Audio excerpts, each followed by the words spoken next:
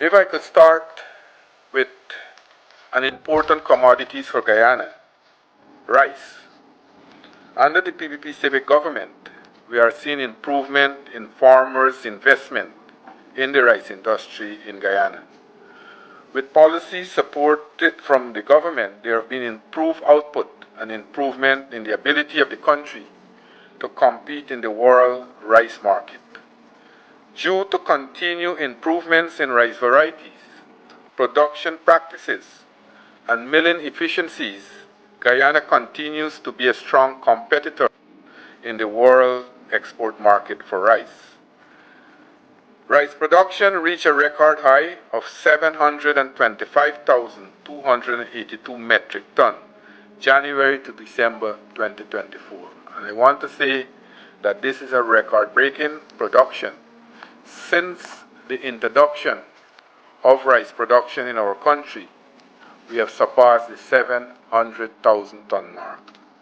With an average national yield of 6.6 tons per hectare, the highest ever recorded in the country's history. We have increased yield from 5.7 tons in 2020 to 6.6 tons per hectare in 2024. For the last 4 years, we have seen an incremental increase in rice production. In 2021, we produced a total of 559,789 tons. In 2022, we produced 610,595 tons. In 2023, we produced 653,706 tons. And in 2024, I just said, we produced 725,282 tons.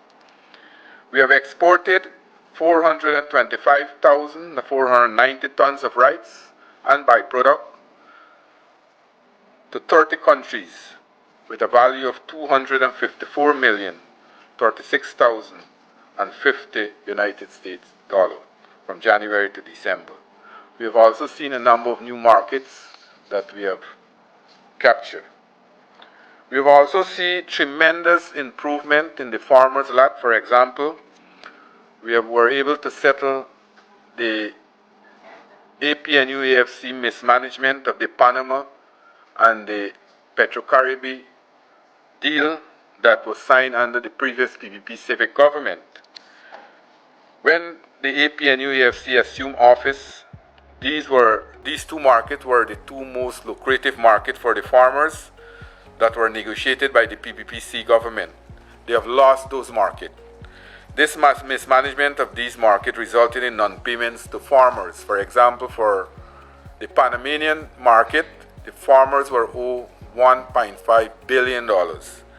This was, of course, significant losses to the industry, which resulted in some of the rice milling and rice millers going bankrupt. A number of those entities were forced to close.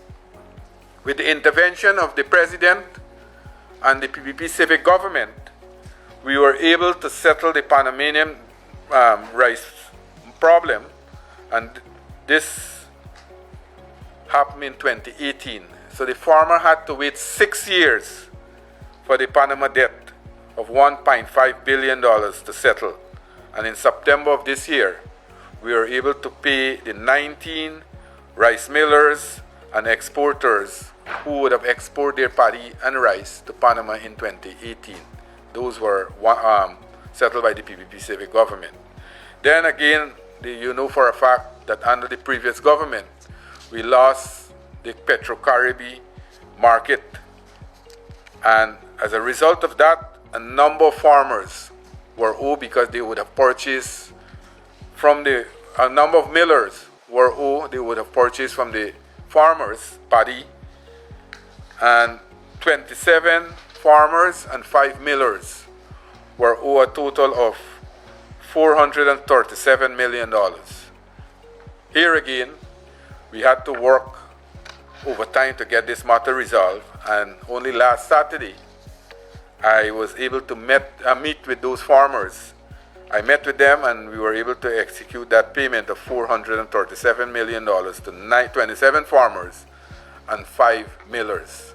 These farmers and millers had to wait 9 years to receive their payment.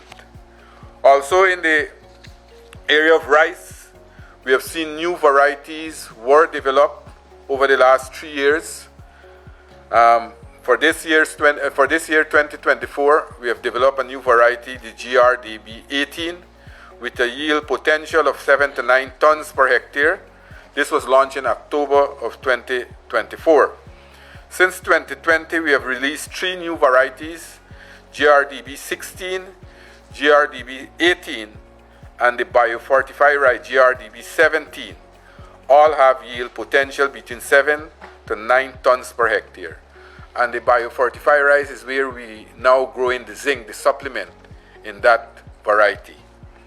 Also, we have seen increased capacity of our seed paddy facilities at the various locations. We have seed paddy facilities at Burma, MMA, Blackbush Polder, and number 56, with a capacity to produce 152,000 bags per annum.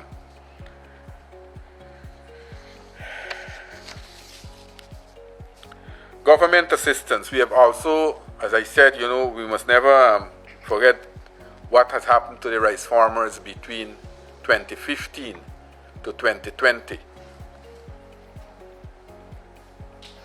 That period, we have seen the previous government dubbed rice farmer or rice farming as a private business. We know for a fact, with the support that we have given to the rice industry, that is why we are seeing the kind of results that we have seen. For example, farmers were required to pay increased land rental and D&I charges, especially in the MMA scheme. We must always remember those things, from $3,500 per acre to $15,000 per acre. When we were in the opposition, we took a motion to the parliament to reverse that, which was voted down. When we get back into government, we reverse that. Because of that reversal, farmers were able to save billions of dollars in that area. Although we have seen increase in land rental and D&I charges, most of the infrastructure in the MMA scheme were in a dilapidated state. From 2022 to 2024, $1.850 billion were allocated to farmers in terms of support, fertilizer, seed, chemical, pesticide, and things like that. In 2025, we all know that the president has announced another $2 billion subsidies for fertilizer to be distributed to farmers, rice farmers, cash crop farmers. We have already put out tenders for that, and that will be done very shortly in the new year. We'll start the distribution of those fertilizers to farmers. We have trained 5,221 farmers, received training from 𝐙𝐿DB. These training sessions cover various areas such as pest and disease management, mechanization, possibilities, and crop management. We also targeted 146 farmers who had low yield, and we are putting them in a low yielding farmers project, where we are working with them to develop their lot so that they can increase their yield per hectares.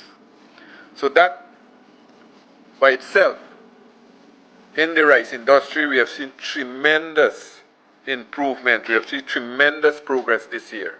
As a matter of fact, for the first time, I want to say I'm very proud of it, that we have reached that level of production.